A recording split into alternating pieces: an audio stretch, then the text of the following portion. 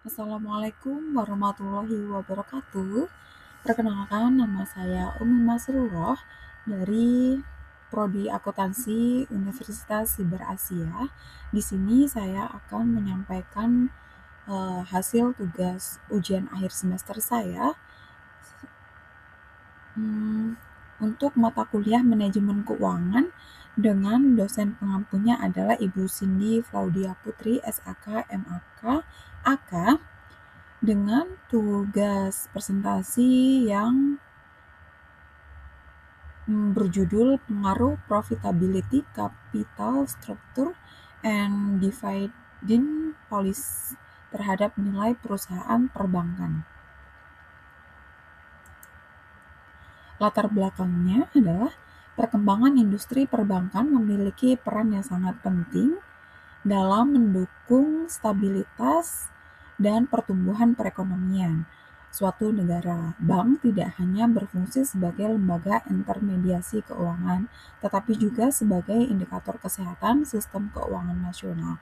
Oleh karena itu, pada sektor perbankan, ketiga faktor tersebut menjadi sangat krusial karena bank memiliki karakteristik bisnis yang berbeda dengan sektor lainnya, terutama dalam hal pengelolaan risiko dan regulasi. Oleh sebab itu, penelitian yang mengkaji pengaruh profitabilitas, struktur modal, dan kebijakan dividen terhadap nilai perusahaan perbankan menjadi relevan dan penting.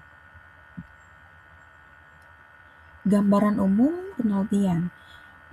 Yang pertama adalah objeknya, yakni perusahaan perbankan di Bursa Efek Indonesia pada periode 2005 sampai 2009 dengan variabel yang pertama ada struktur aktiva, yang kedua adalah profitabilitas, yang ketiga kebijakan dividen, yang keempat ada struktur modal. Nah, tujuannya adalah menganalisis faktor-faktor yang mempengaruhi struktur modal perbankan. Next, struktur aktiva. Struktur aktiva terdiri dari dua bagian, yaitu aktiva lancar dan aktiva tetap. Aktiva lancar atau current assets adalah uang kas dan aktiva lainnya yang dapat diharapkan untuk dicarikan atau ditukarkan menjadi uang tunai, dijual atau dikonsumsi dalam periode berikutnya. Paling lama 1 tahun dalam perputaran kegiatan perusahaan yang normal. Struktur aktiva dapat dipandang dari objek operasional yang pada dasarnya menggolongkan aktiva dalam perbandingan tertentu untuk keperluan operasi utama perusahaan. Untuk keperluan ini, struktur aktiva dapat dipandang dari dua sisi, yaitu aktiva yang harus tersedia untuk beroperasi perusahaan selama periode berlangsung atau disebut dengan aktiva lancar, serta aktiva yang harus disediakan untuk operasional perusahaan untuk jangka panjang atau disebut dengan aktiva tetap.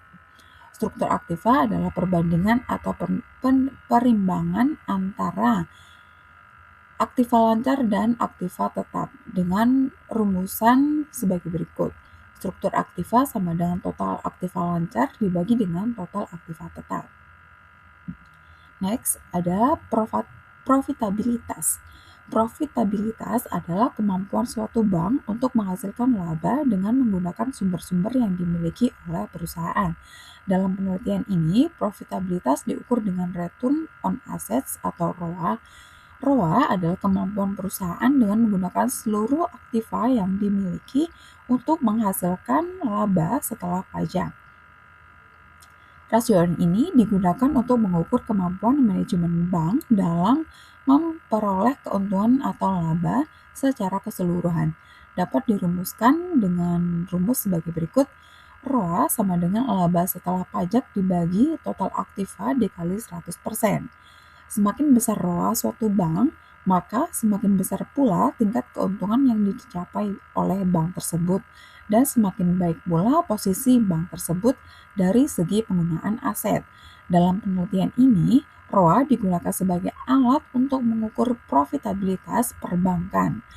Nah, Bank Indonesia lebih mementingkan penilaian besarnya ROA karena Bank Indonesia sebagai pembina dan pengawas perbankan lebih mengutamakan nilai profitabilitas suatu bank yang diukur dengan aset yang dananya sebagian besar berasal dari dana simpanan masyarakat. Nah, selanjutnya ada kebijakan dividen. Kebijakan dividen adalah pembuatan keputusan seorang manajer dalam membagikan laba bersih perusahaan. Manajemen mempunyai dua alternatif dalam membagikan laba bersih setelah pajak, yaitu yang pertama dibagi kepada para pemegang saham perusahaan dalam bentuk dividen. Yang kedua diinvestasikan kembali ke perusahaan sebagai laba ditahan atau retained earning.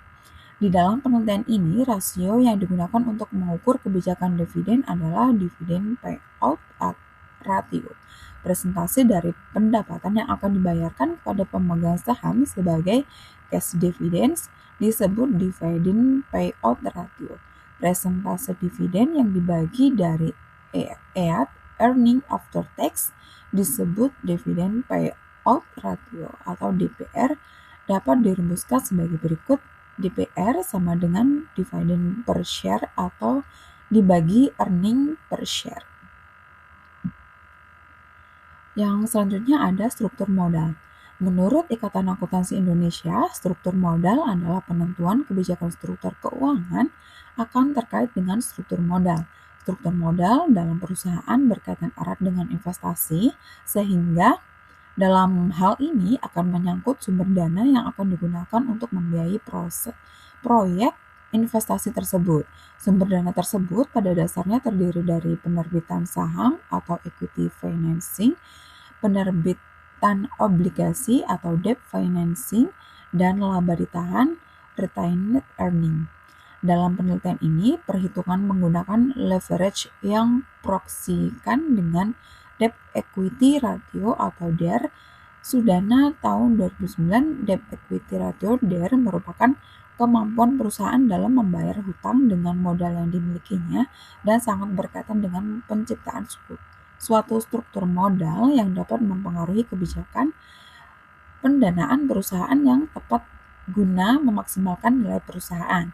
Rasio ini mengukur besar kecilnya penggunaan hutang dibandingkan dengan modalnya sendiri dan dapat ditarik dengan rumus debt equity ratio sama dengan total debt dibagi dengan total equity.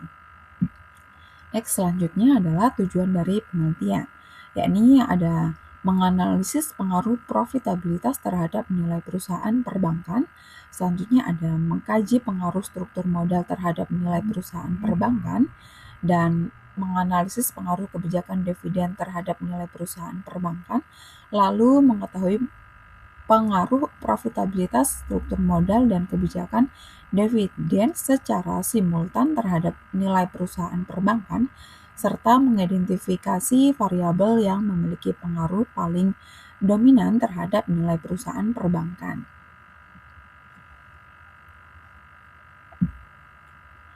Metodologi penelitian yang digunakan adalah metode kuantitatif dengan sumber data sekunder bank sentral dengan analisis data, analisis regresi linear berganda. Pengaruh hasil penelitian. Yang di sini terdapat 3 pengaruh. Yang pertama ada pengaruh struktur aktiva. Struktur aktiva berpengaruh positif terhadap struktur modal dan semakin besar aktiva semakin besar pengguna hutang. Yang kedua ada pengaruh profitabilitas. Nah, profitabilitas berpengaruh negatif dan signifikan terhadap struktur modal. Semakin profit tinggi, maka penggunaan hutangnya juga akan semakin rendah. Yang ketiga adalah pengaruh kebijakan dividen. Kebijakan dividen tidak berpengaruh signifikan terhadap struktur modal karena dividen bukan faktor utama dalam pendanaan perbankan. Kesimpulan dari penelitian. Nah, di sini ada struktur aktiva, yakni faktor utama peningkatan hutang dan profitability-nya menurunkan ketergantungan pada hutang, dan kebijakan dividen pengaruh lemah terhadap struktur modal, dan serta struktur modal ada struktur modal perbankan dipengaruhi oleh karakteristik industrinya tersebut. Implikasi manajerial, manajemen bank perlu mengelola aktif volunteer secara optimal. Yang kedua, meningkatkan profitabilitas. Yang ketiga, menyeimbangkan pendanaan internal dan eksternal. Struktur modal harus disesuaikan dengan risiko dan likuiditas. Sekian dan terima kasih. Semoga presentasi yang saya bawakan ini membawa pemahaman yang lebih dalam. Jika ada pertanyaan, silakan bisa dicantumkan di kolom komentar. Baik, sekian presentasi dari saya. Semoga bertemu di presentasi saya berikutnya. Terima kasih. Wassalamualaikum warahmatullahi wabarakatuh.